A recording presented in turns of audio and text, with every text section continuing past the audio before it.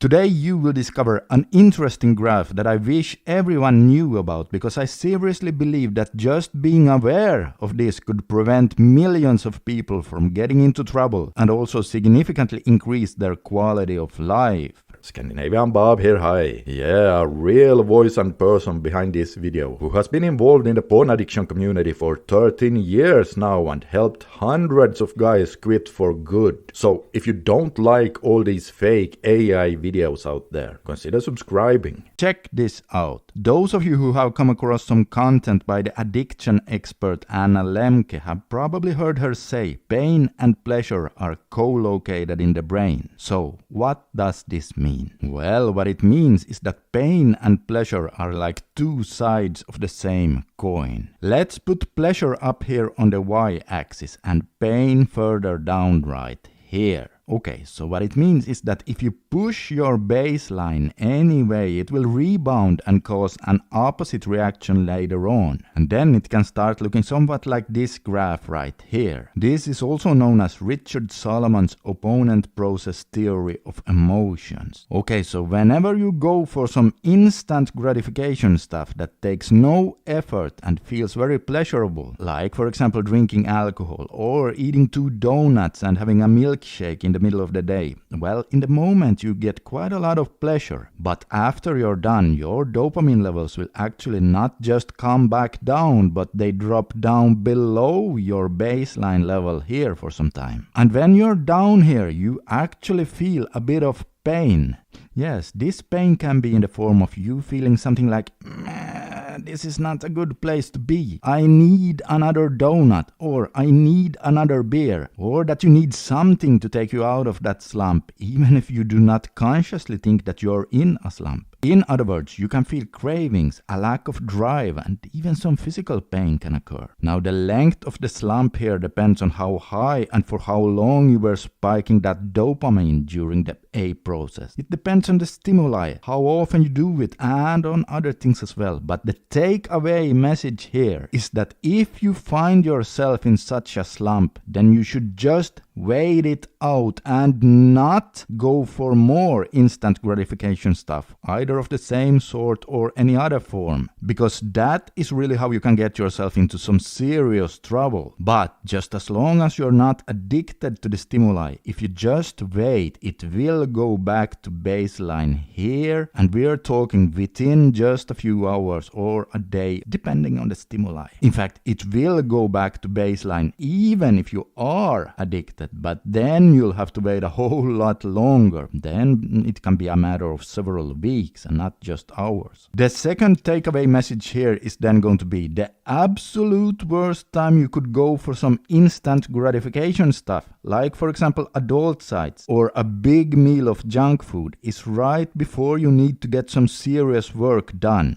Because then you'll be down in that slump right when you're supposed to do the hard stuff. And then you're really going to struggle with your motivation to get it done, because we all know that low dopamine levels means a lot less drive. And this is just one reason why I'm careful with my recreational YouTube surfing and potential sugar retreats, and just try to save those until after I'm done with my online work for the day. And here's something even more important to know. If you don't wait when you're feeling low here and you keep going back for more before you reach baseline, then this is what the graph is going to start to look like over time. As you clearly see, now you get less pleasure in the moment and even more pain after you're done. Oh man, and the worst of all, after the slump is over, you no longer reach up to your former baseline here. This is what an addiction looks like in the form of a graph. And once more, the danger lies in instant gratification stuff like junk food, alcohol, adult sites, social media, gambling, drugs, etc. Those can really get you into trouble, especially if you can't cope with waiting out the slump right here. This is important. We also need to state that there's nothing wrong with indulging in some yummy food and having a few drinks every now and then, because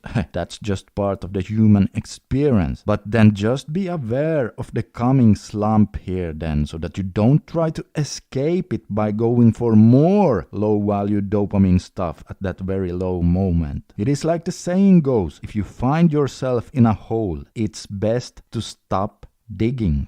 In fact, Anna Lemke often says, if you chase pleasure for the sake of pleasure itself, you risk ending up with anhedonia. And for those of you who didn't know, anhedonia means a horrible state, meaning you now have an inability to feel pleasure. And the professor of neurobiology, Andrew Huberman, used to say, spiking dopamine to high levels without effort will destroy a person in the long run. And by the way, with the words without effort, then he obviously meant instant gratification things, like for example binging on junk food, alcohol, or adult sites. They give you instant pleasure without you having to put in any effort. I mean, if you think about it, all throughout history, if a man wanted to be an attractive mate and have attractive girls around him, what did he have to do? Well, that's right, he had to be in good shape, build status, or at least gather some form of resources related to survival. And all those things were hard. They took a lot of hard work and effort. But if he succeeded, he would have some mating opportunities. And the higher in status, the more effort behind, the more opportunity as a reward. But nowadays, any man can go on adult sites and in literally 3 seconds, he can reward himself like crazy with watching the hottest women on earth get it on the screen without any effort at all. He can choose whatever categories he wants and they'll do whatever he wants. And not just one woman either, but literally thousands of them, hundreds, thousands times more than his caveman ancestors ever could see in nature.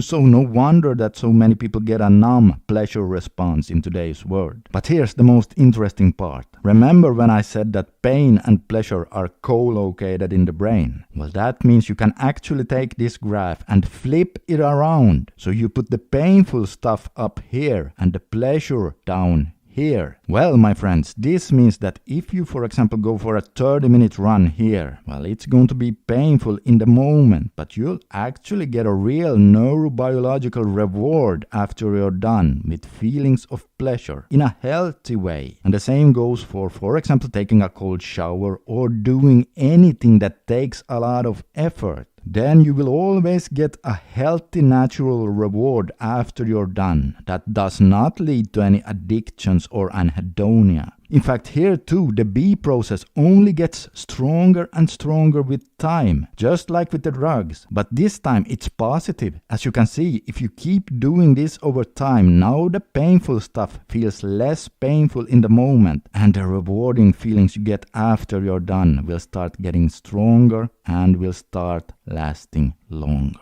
So the moral of the story is to limit the situations where you reward yourself for absolutely nothing. Instead, if you want to feel really good long term, go for those natural rewards that always follow effort. In fact, today I'm going to print out this graph for myself and put it on my refrigerator as a constant reminder that even from a neurological standpoint, happiness is literally to be found after effort, as opposed to instant pleasures. Alright, and if you ever need help with rebooting, relapses, flatline, or how to navigate your reboot with a partner without slowing down your progress, I've been in this community for over a decade now, and I've pretty much seen it all. So if you need help, you can always reach out to me for a one-on-one coaching session using the link below. And oh hey guys, speaking of rebooting, take a look at the video you can see on the screen right here to uncover something about rebooting that the old-timers in this space know, but beginners almost always miss. Take a look right now and you'll see exactly what I mean. This is Scandinavian Bob signing out for today. Consider subscribing for more and I'll see you in the next one.